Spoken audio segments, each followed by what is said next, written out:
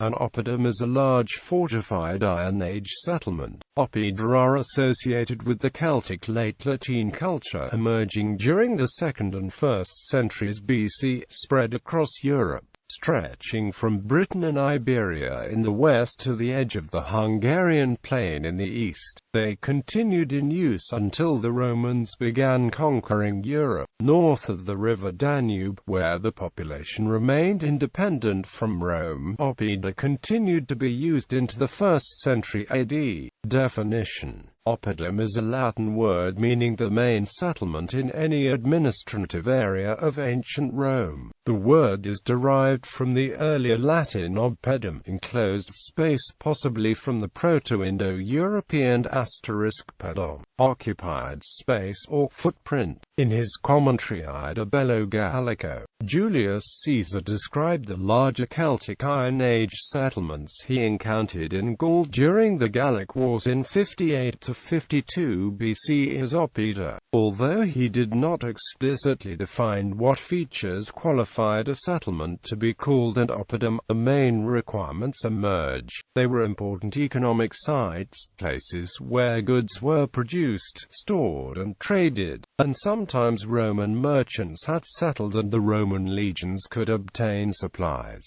They were also political centers, the seat of authorities taking decisions that affected large numbers of people, such as the appointment of Vercingetorix as head of the Gallic revolt in 52 BC.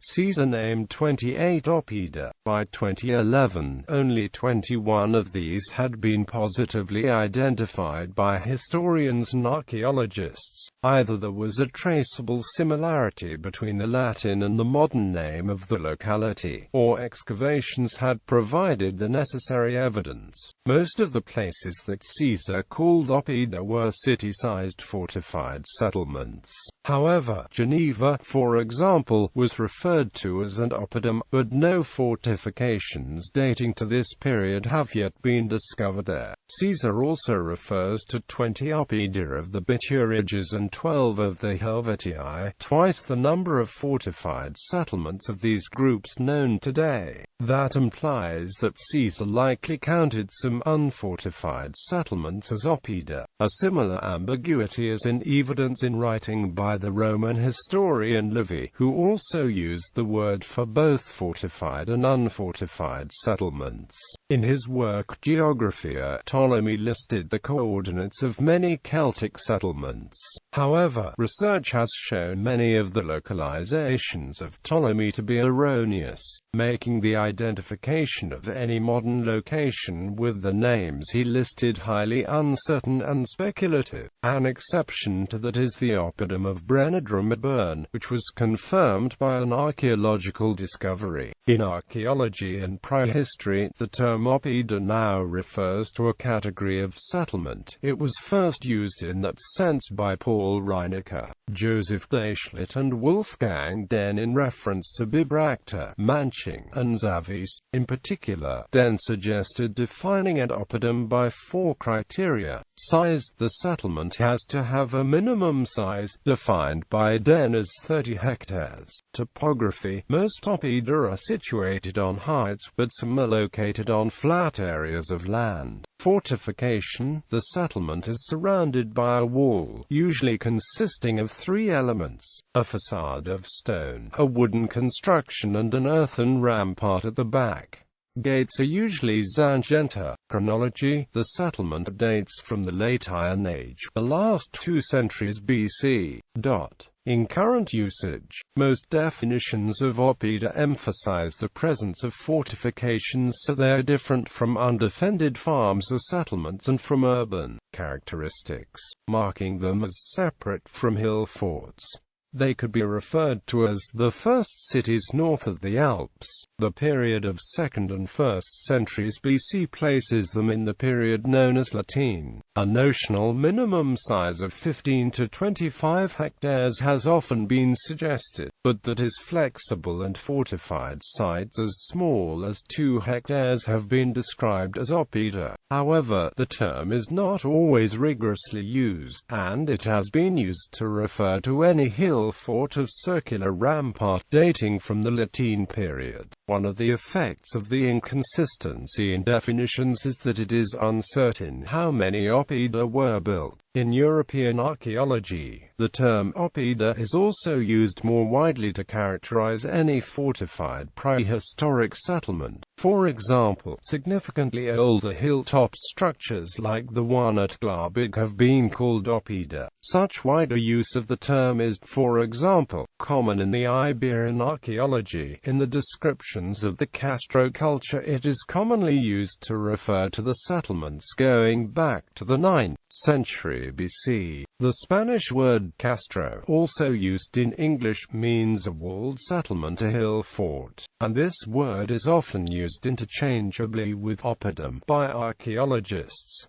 Location and type. According to prehistorian John Collis, Oppida extend as far east as the Hungarian plain, where other settlement types take over. Central Spain has sites similar to Oppida, but while they share features such as size and defensive ramparts, the interior was arranged differently. Oppida feature a wide variety of internal structures, from continuous rows of dwellings to more widely spaced individual estates. Some Oppida had internal layouts resembling the insulae of Roman cities.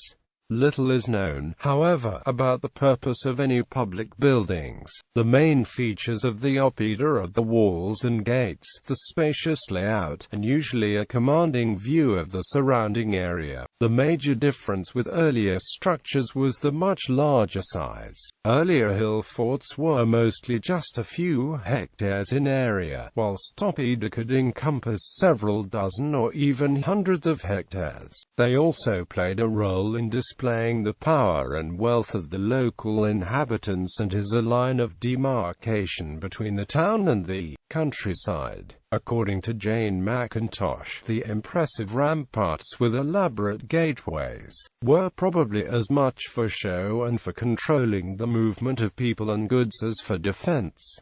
Size and construction varied considerably. Typically, Oppida in Bohemia and Bavaria were much larger than those found in the north and west of France. Typically, Oppida in Britain are small, but there is a group of large Oppida in the southeast, though Oppida are uncommon in northern Britain. Stanwix stands out as an unusual example as it covers 350 hectares. Dry stone walls supported by a bank of earth, called Kelheim ramparts, were characteristic of Oppida in Central Europe. To the east, timbers were often used to support the earthen ramparts, called Pfostenschlitzmauer or priest-type wall. In Western Europe, especially Gaul, the Murus Gallicus, a timber frame nailed together, was the dominant form of rampart construction. Dump ramparts, that is, earth unsupported by timber, were common in Britain and were later adopted in France. They have been found in particular in the northwest and central regions of France and were combined with wide moats. Oppida can be divided into two broad groups,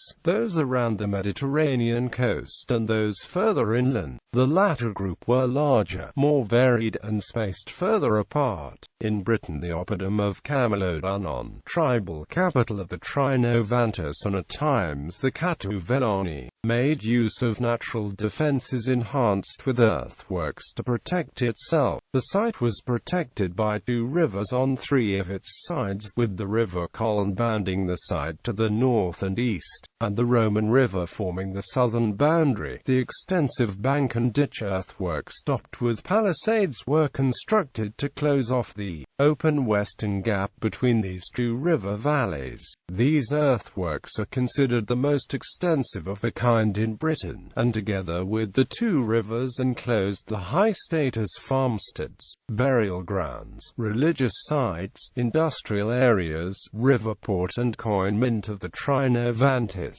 History. Prehistoric Europe saw a growing population. According to Jane McIntosh, in about 5000 BC during the Neolithic between 2 million and 5 million people lived in Europe. In the late Iron Age it had an estimated population of around 15 to 30 million. Outside Greece and Italy, which were more densely populated, the vast majority of settlements in the Iron Age were small, with perhaps no more than 50 inhabitants. While hill forts could accommodate up to 1,000 people, Oppida in the late Iron Age could reach as large as 10,000 inhabitants. Oppida originated in the 2nd and 1st centuries BC.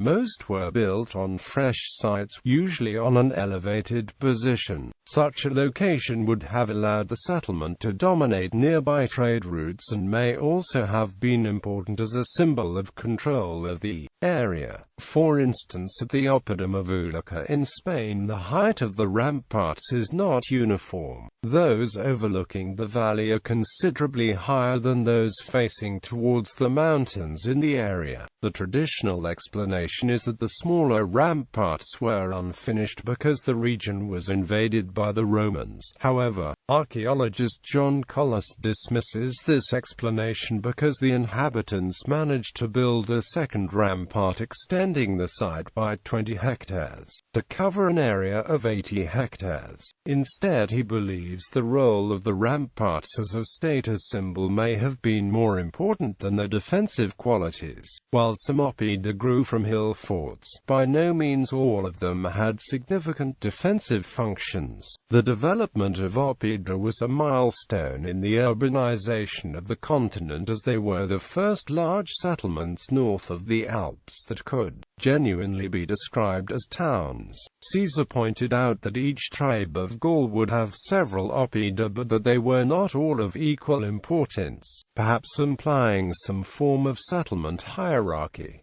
Oppida continued in use until the Romans began conquering Iron Age Europe. Even in the lands north of the River Danube that remained unconquered by the Romans, Oppida were abandoned by the late 1st century AD. In conquered lands, the Romans used the infrastructure of the Oppida to administer the empire, and many became full Roman towns. This often involved a change of location from the hilltop into the plain. Examples by current country.